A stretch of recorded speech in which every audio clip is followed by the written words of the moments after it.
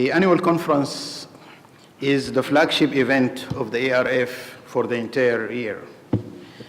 It constitutes the largest gathering of economic development, academic, and policy economists in the MENA region. This platform, through the parallel sessions for presentation of research, mostly by young researchers from the region who have earned their slots through open, competitive research competition. For example, this conference will feature presentation of 52 research papers covering 6 broad topics. This platform also introduces the network of researchers and policy practitioners to frontier debates in development policy and emerging issues of particular relevance to the region through the thematic plenaries and special plenaries.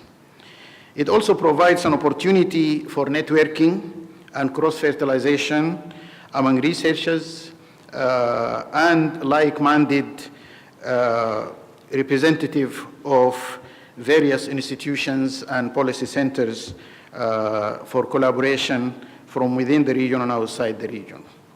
At the annual conference, it also provides a platform for meetings of ERF governance and advisory bodies, including the General Assembly of the Resource Research Fellows, the Advisory Committee, and the Board of Trustees. I would like to highlight a few aspects of the agenda for this conference and close with a quick briefing about ERF activities in the year past, in 2017. This conference is held under the theme of the new normal in the global economy, challenges and prospects for MENA. It is pertinent to say or to mention, since we are here in Cairo, in Egypt, that actually this phrase was coined by nobody else other than the world-renowned Egyptian expert on finance and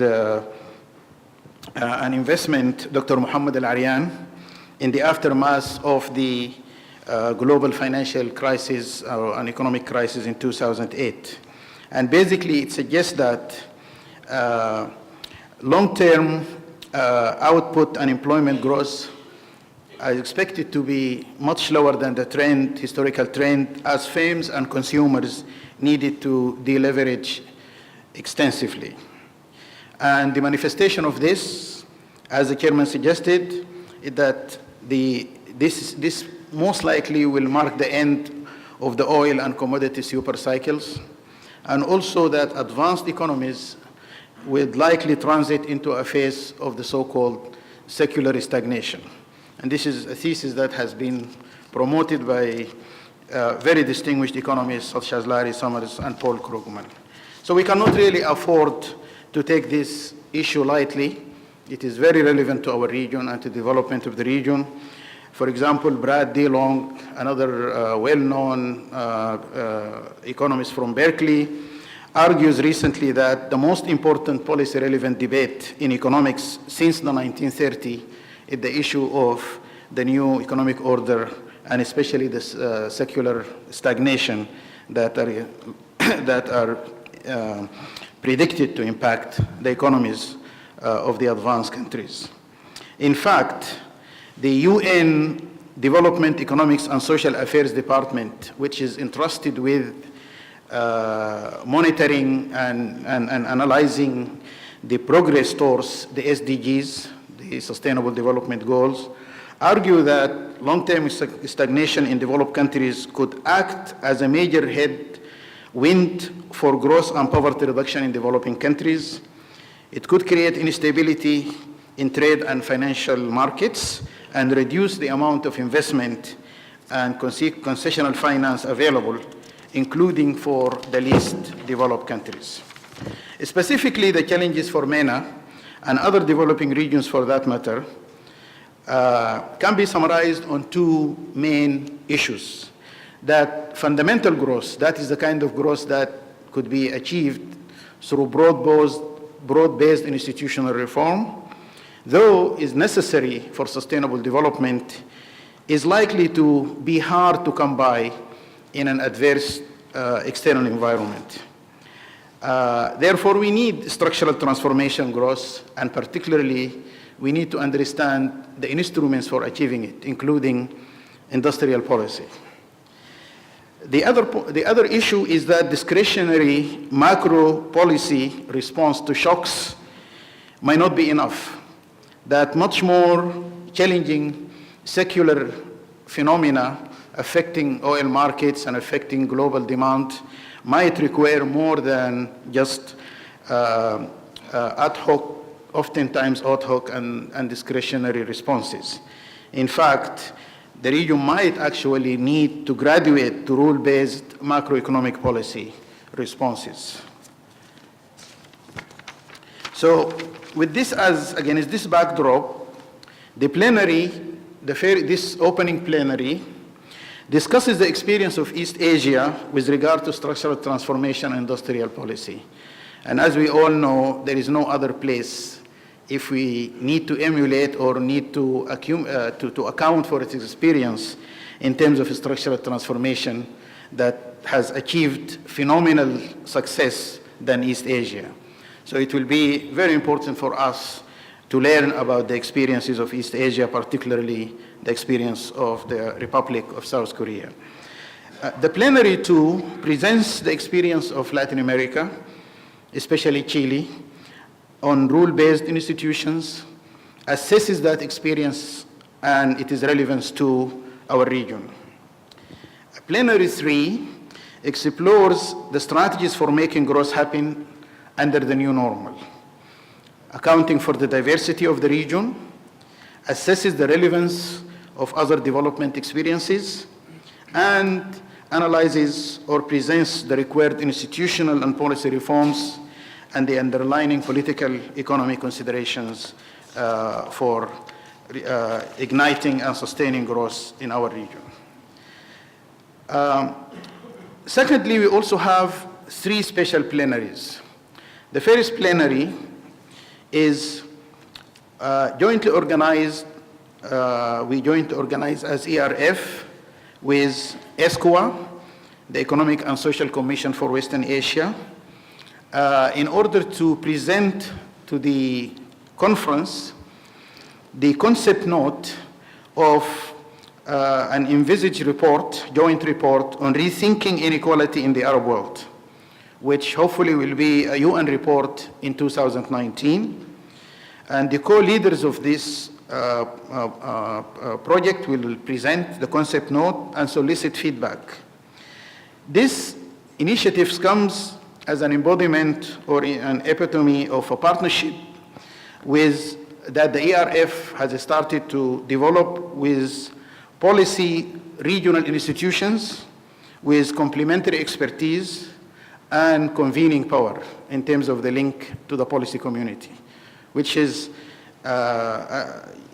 really is a sign of maturity of the ERF at this stage, focusing on policy impact, policy relevance, and partnership to augment comparative advantage with excellent institutions like the ESCOA, with their expertise in social sector issues, poverty, inequality, and development. And it's also linked to our ERF strategy for the next 5 years, or next 4 years, 2017 to 2021, which actually calls for building on our success, but aspiring to charter new horizons, most notably in the area of partnership, policy impact, and collaboration. The second plenary, special plenary, is a joint plenary with the Egyptian Center for Economic Study on subsidies reform and social justice. This is again an important collaboration that actually is going to be a continuous process with this leading research and policy institution in Egypt, which we also want to use as an instrument or as an experiment to mainstream in other leading countries in the region. And this is also another way of engaging with the research and policy community at the country level, and also promote our policy relevance as a leading regional development research network. Obviously, the issue itself is very important in Egypt now. Egypt has gone through major reforms at the macroeconomic level, exchange rate adjustment, fiscal adjustment, and the consequences of this adjustment and the shocks to the Egyptian economy create implications for the social sector, for the social justice and social sector. And there is a whole ministry, the Ministry of Social Solidarity, which is tasked with this responsibility. And it will be a good opportunity for us to provide this platform for researchers and policymakers to debate these issues, and also to present the frontier debate on this, as will be presented by the keynote speaker. The last special plenary is a scoping plenary on environmental challenges in MENA. And this plenary is aimed at revisiting this issue, in which ERF has made previous investment and generated quite considerable research. The plenary will discuss ERF previous research and new emerging issues, present other research and policy initiatives by leading institutions such as UNEP and Global Environmental Footprint of the University of York in Canada, as well as solicit feedback and explore prospects for partnership. Finally, thinking ahead, ERF is looking forward to celebrate its 25th quarter century, and the forthcoming 25th annual conference to be hosted by the Arab Fund for Economic and Social Development. And mark your calendar, it will be, inshallah, on March 10 to 12 in 2019 in Kuwait City. The 25th annual conference will be a major milestone because it will be the first annual conference in which we reconfigure the process of competitive research. After 25 years of focusing on capacity building and basic research, though high quality research, we reckoned that we now reach a stage, and our community, our research fellows who actually demanded this consideration, which was developed jointly by the ERF management and the ERF advisory committee, and widely debated and discussed by the research fellows, and finally approved by the board. This new research process will give an opportunity for organization of panels as well as submission of individual papers. And it will actually be based on ex post classification of sessions. So sessions will no longer be, starting next conference, be classified according to pre-existing topics, such as macro, micro, international economics, institutional economics, labor and human development, and so on. It will be actually classified according to cross-cutting topics, such as, for example, if there is a set of papers on growth, they could be grouped in one session that addresses growth from a macro institutional perspective, from human development perspective, or from environmental perspective. The idea here is really we wanted to enhance cross-fertilization across sub-disciplines within economics, as well as we would like also to enhance cross-fertilization and partnership across countries. Merits is going to be the overriding criteria, but if we have two equal proposals, and one of them involves researchers from Turkey and Egypt with Mauritanian researchers, or with GCC researchers, that one will be given priority. And this way, hopefully, we will move into another level of coordination and partnership, which also hopefully would help us address the geographic gaps that we are dealing with in the context of the new strategy. So, just finally, let me, Mr. Chairman, say very briefly about our activities in the year past.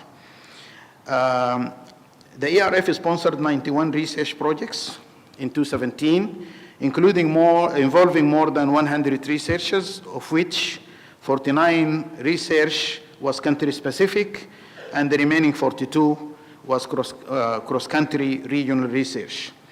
The Open Access Micro Data Initiative, or MADI, is a major area of strength for the ERF in a global stage. It has more than 42 household income, expenditure, and consumption surveys from 15 countries. Just last year, we added 15 new databases. We have 55 labor force surveys, and it's emerging as a major database in a global scale. The demand for the ERF database is global from all researchers, even from advanced institutions, from outside the region. In terms of research, in terms of publication, last year witnessed the highest number of working papers, 96 working papers, several policy briefs and policy perspectives. We also held 2 high-profile policy conferences, one on the new oil order in Kuwait, hosted by the Arab Fund, and a very special one on the impact of Syrian refugees on the Jordanian labor market, which actually generated considerable interest on the research and policy community in Jordan, including attended by several ministers and permanent secretaries, including the then Minister of Education, who is now the Prime Minister of Jordan. And it also embodies a new innovation in terms of coordination between research and dissemination. We were able to produce about 11 papers, as well as equivalent number of policy briefs and policy blogs, and they all come in a moonshot style, so to speak. And this is a new innovation that we would like to, mainstream for all other projects. Finally, the crowning jewel of the dissemination and policy outreach is the new policy portal, the Forum, which really a very important game changer for our ability to reach the policy community and also to enhance the policy relevance and hopefully the policy impact of the research.